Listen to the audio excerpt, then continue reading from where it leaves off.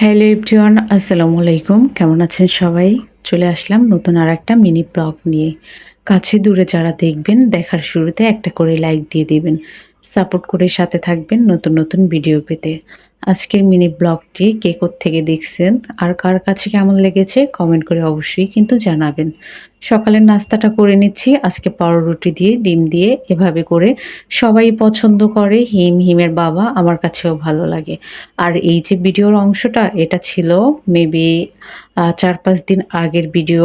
তো আসলে আপলোড দেয়া হচ্ছিল না, তাই ভাবলাম আজকে আপলোড দিয়ে নিই। তো সেদিন হিমের বাবা কিছু বাজার নিয়ে আসছিল। বাজারগুলোকে একটু গুছিয়ে নিচ্ছি, পেঁয়াজগুলো ঝুড়িতে রেখে দিচ্ছি। আর দেশি মালটাটা খেতে কিন্তু অনেক ভালোই, হালকা টক সাথে মিষ্টি। আর এখানে দেশি এই যে শিং মাছ, কই মাছ নিয়ে আসলো আর সাথে আনলো চিংড়ি মাছ। তো চিংড়ি মাছগুলো একদম জেতা ছিল, এই যে কিভাবে নাড়াচাড়া করতেছে। চিংড়ি মাছ আমার খুব পছন্দের মাছ, কই মাছও আমার ভালো লাগে, কিন্তু কই মাছ কাটতে গিয়ে আমার হাতের অবস্থা খুবই নাজেহাল হইছে।